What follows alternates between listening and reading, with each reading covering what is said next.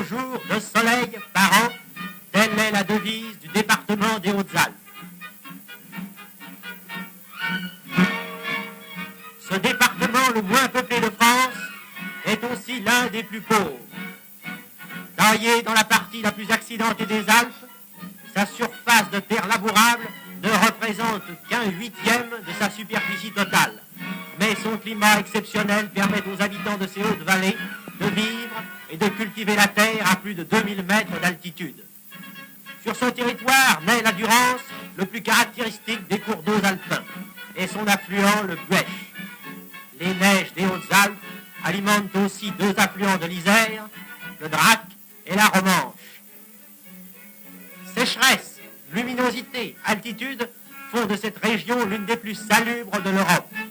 Ses richesses naturelles, son ciel, la facilité des communications font l'admiration du voyageur qui passe en quelques heures des mûriers et des vergers en fleurs de la Haute-Provence aux neiges éternelles de la Meige et du Pelvoux.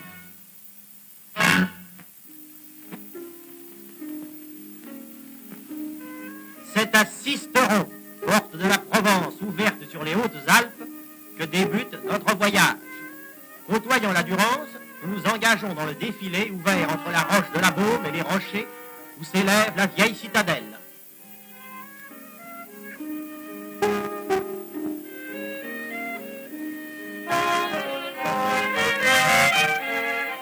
Abandonnons le cours de la Durance, que nous retrouverons près de Gap, pour remonter son affluent, le Buèche, en suivant la route d'hiver des Alpes. Premier bourg des Hautes-Alpes, voici Rivier, endormi sous l'éclatante lumière provençale. Le vallée inconnue aux rochers étranges, celle de la Méouge.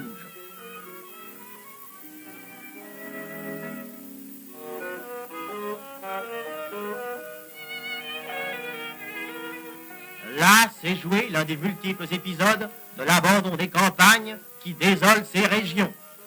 Renonçant à travailler un sol ingrat, les habitants de Pommet ont déserté leur village. Deux vieux n'ont pas voulu partir, ils mourront dans ces ruines.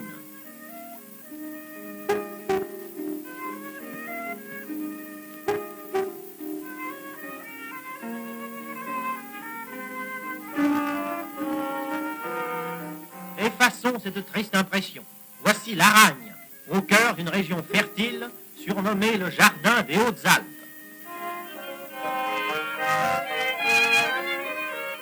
Si, dans une vallée voisine, Orpierre présente encore le type des villages du Midi, les montagnes qui l'encadrent appartiennent bien au relief haut-alpin.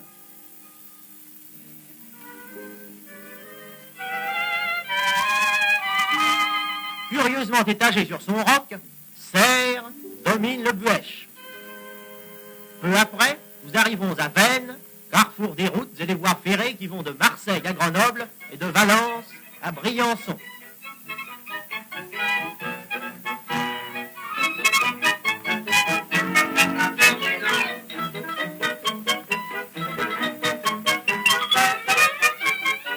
La culture intensive des arbres fruitiers constitue, avec l'élevage du mouton et la lavande, la richesse essentielle de cette région que son climat apparente encore à la Provence. Plus au nord, la rudesse de l'hiver fera sentir son influence autant sur les cultures que sur les conditions d'existence des hommes. Ici, la vie est plus douce. C'est encore le Midi de la France.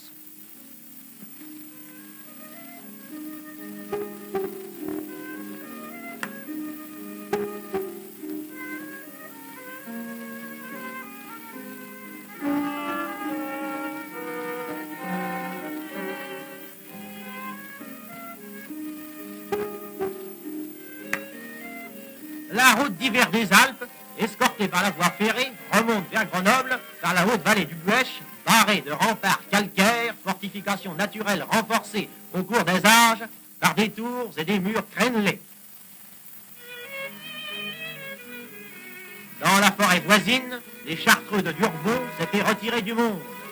Leur sage administration a fait prospérer cet admirable domaine forestier, encore exploité aujourd'hui. Tout voisin, le col de Luce-la-Croix-Haute est une enclave de la Drôme à la limite de l'Isère. Cette limite n'est pas seulement une ligne idéale tracée entre deux départements, c'est aussi la frontière entre le climat atlantique humide et brumeux et le climat sec et lumineux soumis à l'influence méditerranéenne. En vain, les nuages tentent de forcer le passage, le soleil des Hautes-Alpes les dissipe dans le ciel bleu. Du col de la Croix-Haute, on aperçoit vers l'est les hautes falaises calcaires du massif du Dévoluy. Véritable bastion, il occupe une place à part dans la géographie des Alpes. De quelques versants qu'on l'examine, il présente ses falaises verticales, ses crêtes déchiquetées, où les nuages restent longtemps accrochés.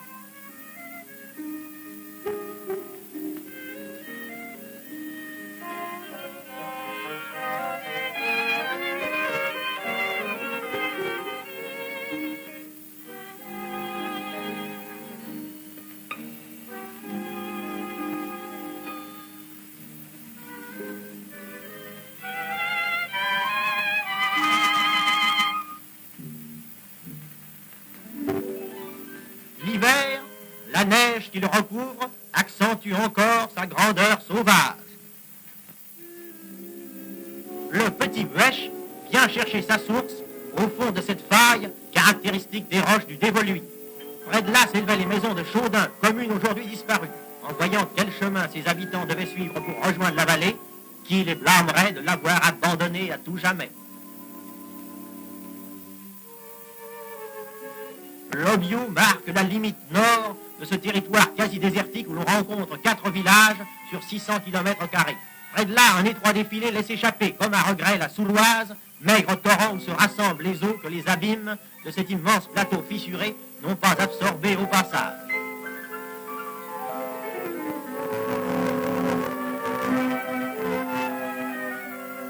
Au mois de juin, les chemins s'animent. Les troupeaux de moutons transhumants arrivent de Provence. Après plusieurs semaines de voyage, ils atteignent le Dévoluy et se dispersent à la recherche de leur pâturage sur les flancs du pic de Bure et de la montagne d'Aurouze. Durant 3 mois d'été, les bergers, brûlés par le soleil et le vent, vont vivre avec leurs bêtes dans la solitude, suivant la loi immuable du plus vieux métier du monde.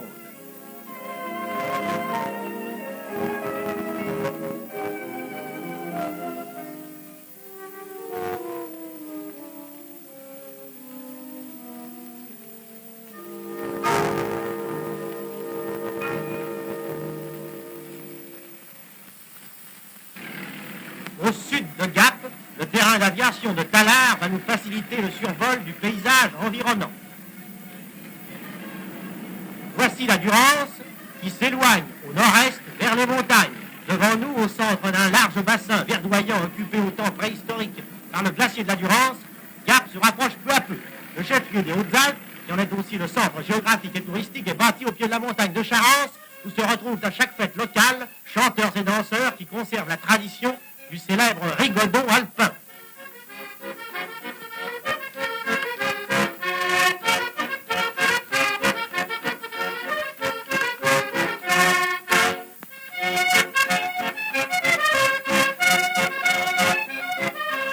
Gîte d'étape sur les grands itinéraires qui s'y croisent, Gap est en même temps, l'hiver, un centre de ski important. À 30 minutes de la ville, la neige vous attend toujours abondante sur la montagne de Céuse, au magnifique ballonnement.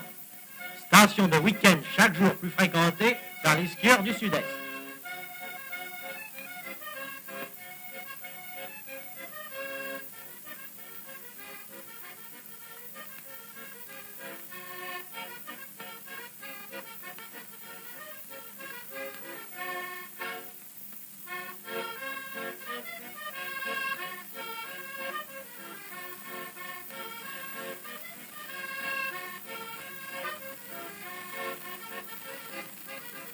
Quant au terrain de ski de Glaise et du col Bayard, ils sont suffisamment proches pour que les Gapençais puissent, de bon matin, faire quelques descentes avant de se rendre à leur travail.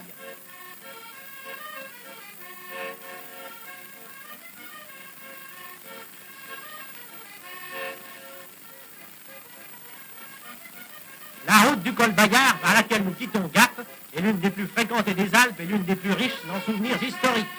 Elle a mérité parmi tant d'autres le nom de route Napoléon. Il y a 120 ans, c'est elle que l'empereur évadé de l'île d'Elbe, avec 1 millier d'hommes, a choisi pour regagner sa capitale. Venu de Grasse par Digne, il suit depuis Sisteron la rive droite de la Durance, traverse Gap et rejoint par le col Bayard la vallée du Drac qui va le conduire à Grenoble. Ce retour en hiver, malgré les mauvais chemins et les populations hostiles, effectué de Cannes à Grenoble en 7 journées de marche, est l'un des plus étonnants exploits de l'histoire. C'est en suivant cette route, à notre tour, que nous pénétrons dans la haute vallée du Drac, que domine la silhouette massive de Chaillol-le-Vieux. Au pied du Sirac, dans la vallée de Champoléon, chaude et aride, le torrent a pris sa source. Sa couleur laiteuse, au moment de la fonte des neiges, l'a fait nommer le Drac blanc. Dans la vallée d'Orsières, toute proche, mais plus verdoyante, naît le Drac noir. Désormais, ce n'est plus qu'une seule rivière qui va par un large détour arroser le fertile champ de Sort, le champ jaune, le champ des riches moissons. La route Napoléon suit le Drac, laissant la petite ville de Saint-Bonnet sur l'autre rive. Près des ruines du château de la Roche, au confluent du Drac et de la Sévresse, l'étroite vallée alpestre du Val-Gaudemar s'ouvre dans les schistes cristallins de l'Oisan. Au pied du pic d'Ollan, qui règne sur la vallée, la chapelle en Val-Gaudemar constitue un centre de tourisme et d'alpinisme très fréquenté.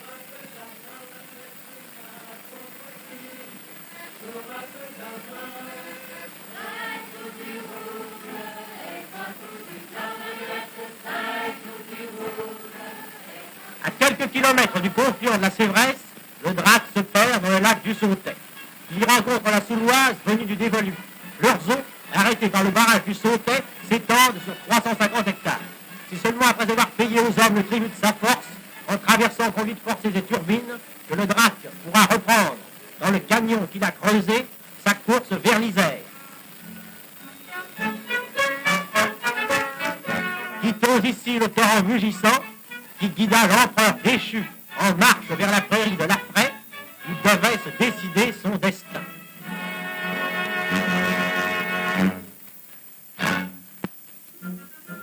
Reprenons à Tallard le cours de la Durance, avant de s'insinuer entre les coteaux où mûrit un vignoble renommé, la grande rivière alpestre a baigné le pied du château de Tallard.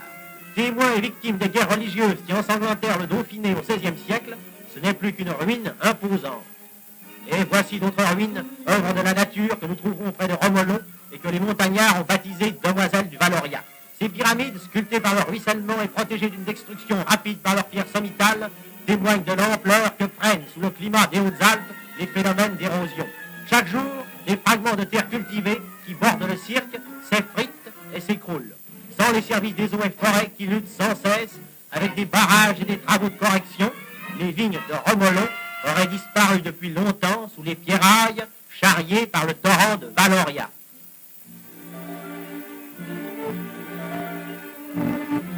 Sur la grande route de Marseille à Briançon, qui longe la Durance, nous roulons rapidement vers Embrun.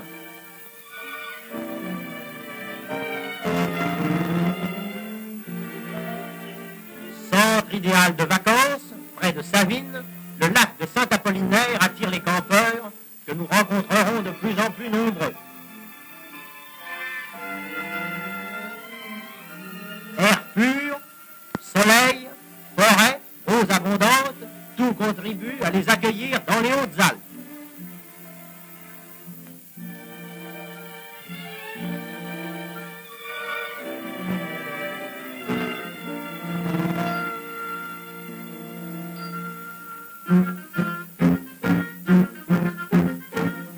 Derrière le Grand Borgon, promontoire élevé entre Ubaye et Durance, s'étend la forêt de Boscodon, aux majestueux sapins des Vosges garés sous le ciel du Midi. Là s'élevait autrefois la chartreuse de Boscodon, 4 fois incendiée et pillée en 7 siècles, et dont il ne reste que quelques ruines. Mais la magnifique forêt subsiste, témoin de celle qui, au début de notre histoire, couvrait ces montagnes. Et les eaux et forêts doivent lutter pour préserver ce trésor végétal des dévastations causées par le torrent issu du cirque de Bragousse.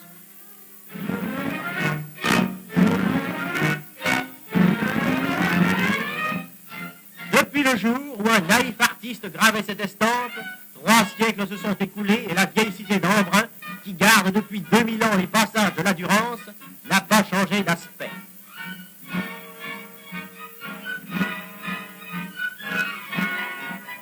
Près de la Tour Brune, l'ancienne cathédrale reste le monument le plus caractéristique des Hautes-Alpes. À son embellissement, chaque siècle apporta sa part, des sculptures du 9e à la rosace du 15e. troisième, et au clocher curieusement équilibré sur l'angle de la façade.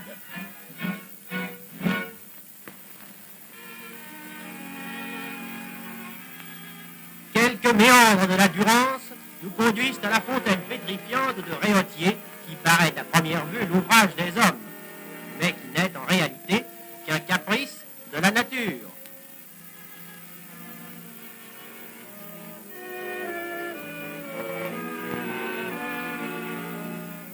Mont-Dauphin, vieille forteresse de Vauban qu'un fossé profond, creusé par le Guil, sépare de Guillestre, carrefour des routes vers le col de Vars et le Queyras. C'est en contournant la vieille église, dont le porche au chapiteau sculpté nous rappelle celui d'Embrun, que nous trouverons la route du col de Vars. Après avoir laissé à notre gauche la solitaire vallée d'Escrin, retournons-nous vers le panorama, l'un des plus amples et des plus harmonieux de toutes les Alpes. La haute vallée de la Durance apparaît de Mont-Dauphin au sommet neigeux du Pelvoux. Longtemps, le col de Vars n'avait connu que l'éphémère activité que lui donnait l'été le passage de la route des Grandes Alpes entre Barcelonnette et Briançon.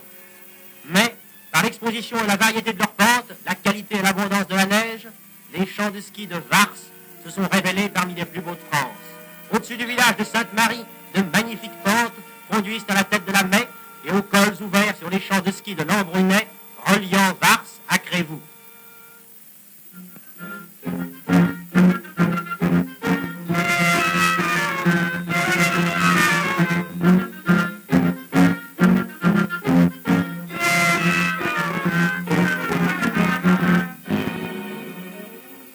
La route nationale 202, déblayée tout l'hiver, conduit de Vars au col de Vars, qui deviendra bientôt l'un des principaux centres du ski français. Ne nous étonnons pas d'y rencontrer Paul-Émile Victor et Thérèse, explorateurs du Groenland, qui procèdent à des essais de traîneau, et leurs chiens esquimaux ne paraissent pas dépaysés.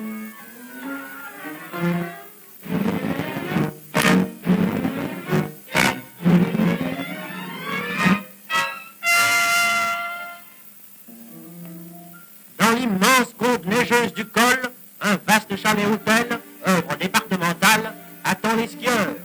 Un téléautoski rapide peut les enlever vers la crête du Panéron. À nous les belles descentes.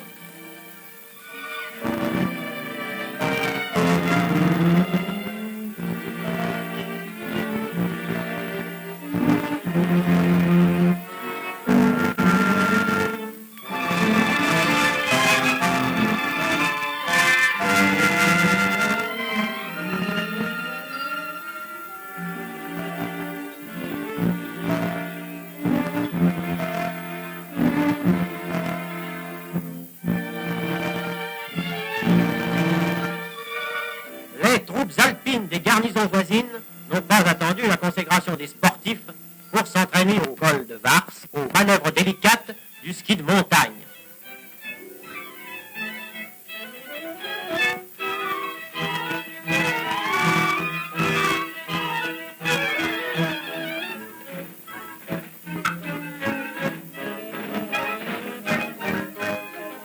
Quand les skieurs redescendent sur la neige de printemps, la vie renaît autour des villages. Tant que les chemins ne sont pas déblayés, les transports se font à dos d'homme ou en traîneau. La neige à peine fondue, on commence à labourer.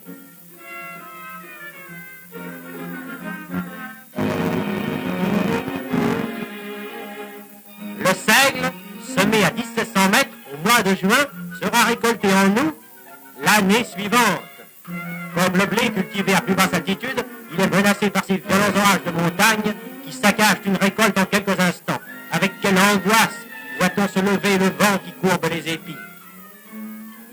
Telle est la dure vie du montagnard, faite d'espérance et de résignation.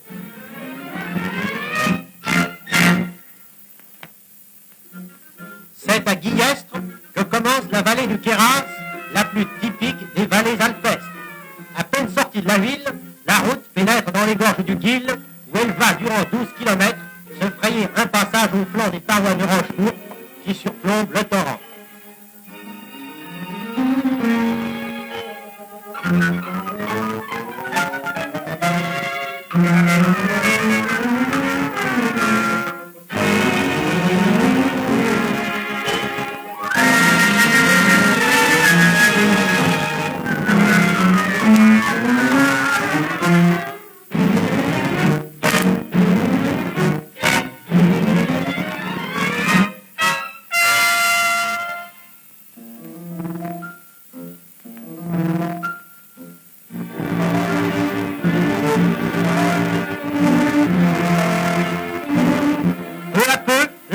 Rapproché du Guil, dont les eaux bleues se soulèvent parfois en terrible colère, augmentant jusqu'à 25 fois leur volume.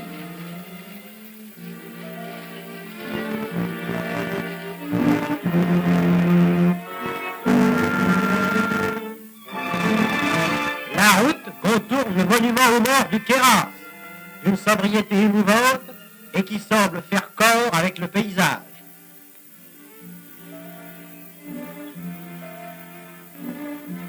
Immédiatement après, la route des Grandes Alpes bifurque à gauche vers le col d'Izoard. Voici Arvieux et Brunissard, où s'est manifesté dans le style des maisons l'influence italienne à laquelle le Queyras fut toujours soumis. Ces magnifiques loggias ne serviront jamais qu'à faire mûrir au soleil les récoltes.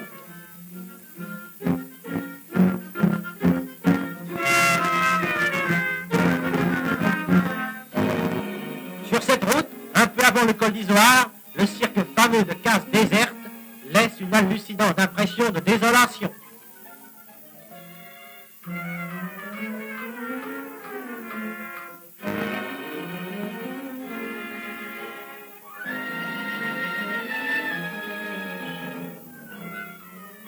La route des Alpes continue sur Briançon, à une vingtaine de kilomètres. Mais nous retournons sur nos pas, achever la visite du Queyras. Forteresse imprenable, qui tint en échec les bandes armées attirées par la fertile vallée de la Durance, la citadelle de Château-Queyras barre la vallée du Guil.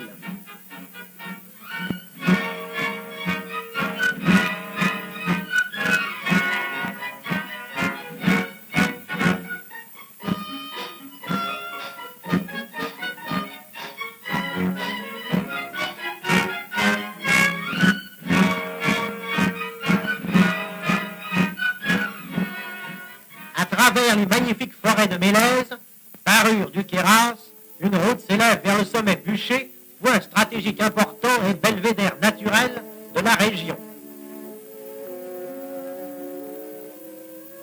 Au loin, le pic de Rochebrune dominant le col d'Izoard. À nos pieds, les deux vallées habitées les plus élevées de France. À gauche, Fongiarde, à 1950 mètres. À droite, Saint-Véran.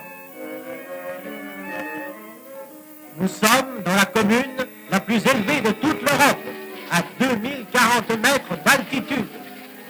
Comme chaque hiver, la neige est tombée en abondance, attirant les skieurs de la ville.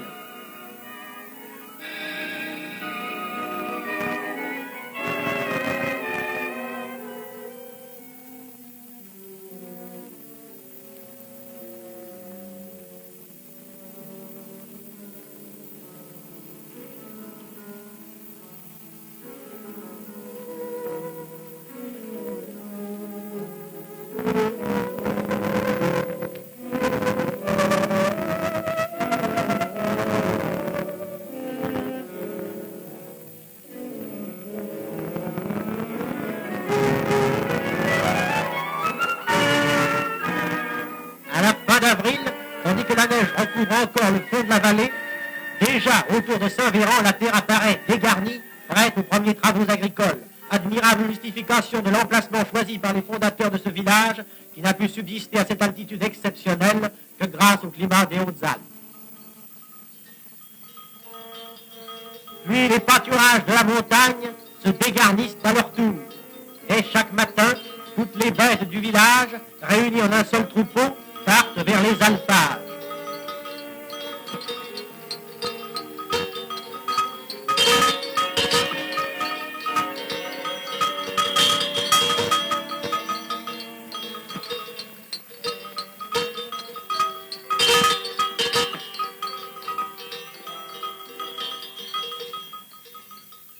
Au bord du Guil, entouré de bois ensoleillés, voici Aiguille.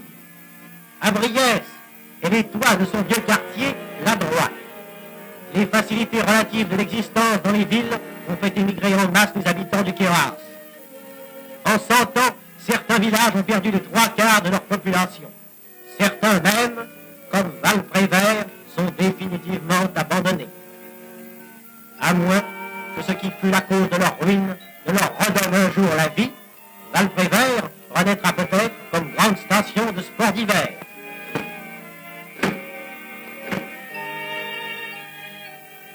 Le Guil, que nous suivons depuis bientôt 50 km, est proche de sa source. La Monta et ses maisons aux façades sculptées, l'Échalpe, au milieu des alpages que juin a fleuri, sont les derniers villages.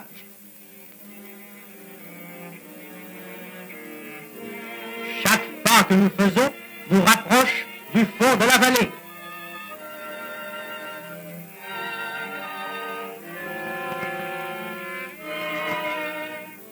Le mont Vison apparaît comme une borne frontière monumentale. Là commence l'Italie.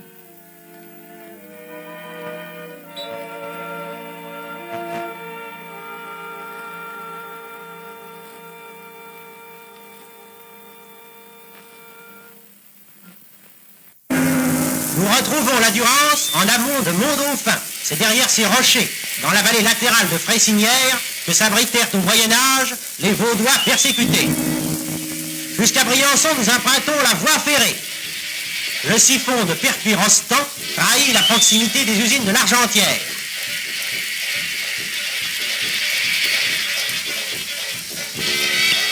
L'exploitation intensive des chutes d'eau a permis, grâce au sacrifice du département et des populations, d'électrifier sans exception, malgré leur isolement et leur altitude, les 180 communes des Hautes-Alpes.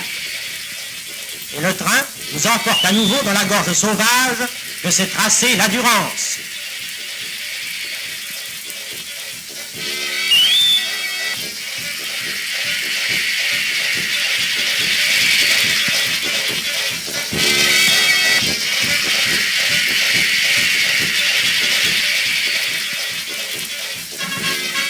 Petite ville, grand renom.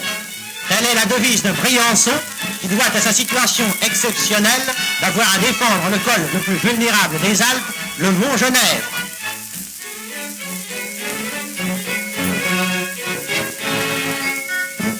La citadelle et les remparts sont tels que Vauban les laissa après 30 ans de travaux défensifs.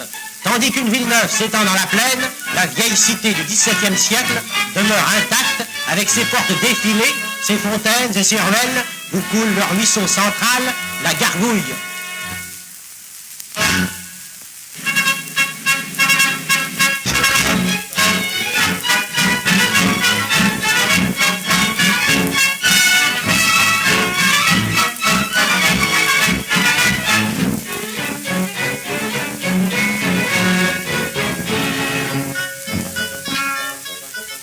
C'est sur les pentes environnant Briançon que le ski fit ses débuts en France. Le prodigieux essor de ce sport n'a pas laissé indifférente la ville qui l'a vu naître. Un téléphérique le plus long de France, partant de la route nationale du Lautaret à 6 km de Briançon, desservira bientôt le sommet de Serre-Chevalier à 2483 mètres. Cette installation complétera la ceinture de neige de Briançon qui compte déjà avec le Mont Genèvre une des stations les mieux équipées. Tout l'hiver, un puissant chasse-neige à turbine maintient ouverte en permanence la route Briançon-Turin.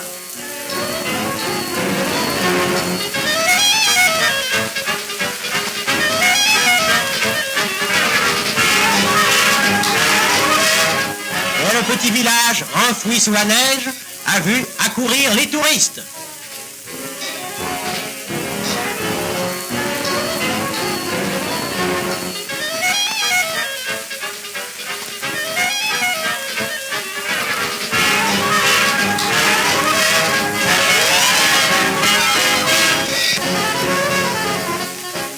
La vallée de la Clarée, au-delà de Névache, s'offre aux skieurs qui préfèrent les longues courses.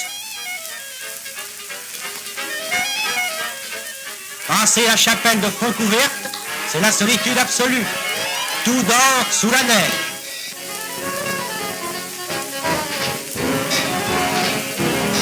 À quelques heures de là, le col des Rochilles s'ouvre sur la Savoie.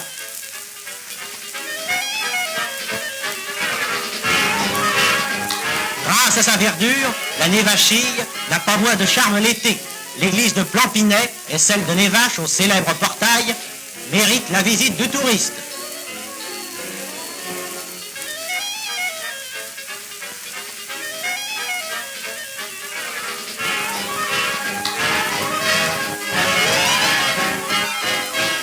Tout à côté de Briançon, à Pont-de-Servières, c'est conserver la tradition d'une danse des épées unique en France et peut-être en Europe. Chaque année, pour la fête de Saint-Roch, cette danse est exécutée par un groupe de 9 jeunes gens, accompagnés uniquement par la voix des jeunes femmes chantant à l'unisson.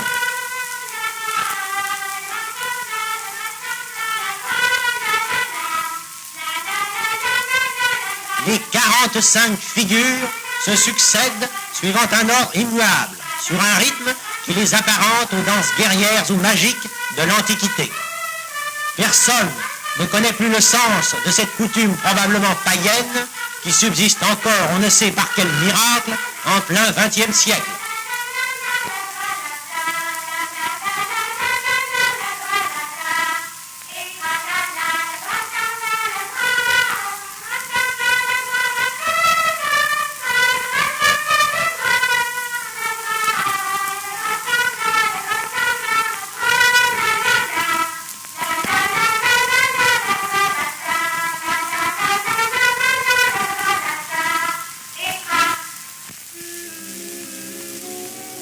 Prolongement naturel de la vallée de la Durance, celle de la Guisane va nous conduire de Briançon au Lautaret. Des tunnels protègent la route contre les avalanches et les coulées de pierrailles. Malgré cela, ce danger n'est pas toujours écarté.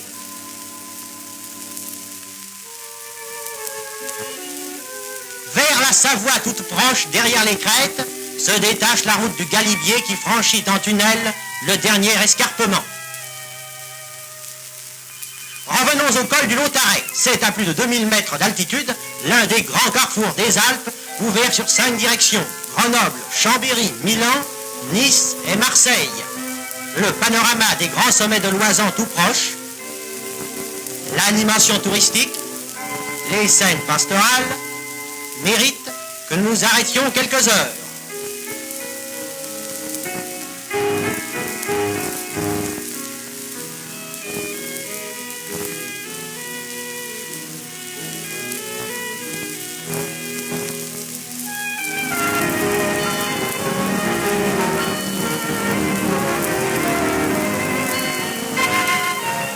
Franchissant le Lautaret, nous passons du versant de la Durance au versant de la Romanche, né au pied de la montagne des Agneaux. Quittons le fond de la vallée pour monter au village des Terrasses, dont le nom précise bien la situation. Nous sommes devant l'un des plus beaux spectacles des Alpes. À nos pieds, le village de la Grave, dominé de 2500 mètres par le sommet de la Meige glorieuse. Entouré de ses satellites, le pic Gaspard et le Râteau.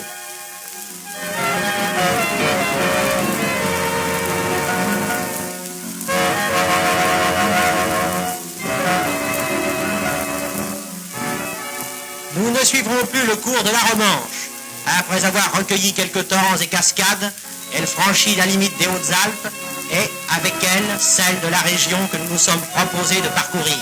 Cette visite va s'achever par la Val-Louise, laissée sur notre gauche en montant vers Briançon, et qui est entre toutes ces vallées celle qui résume le mieux les multiples aspects des Hautes-Alpes. Au flanc du Pelvoux s'abrite une dizaine de hameaux. Après la traversée du dernier, la route remonte à travers les Mélèzes jusqu'au chalet d'Elfroide, oasis de verdure au centre d'un cirque sévère.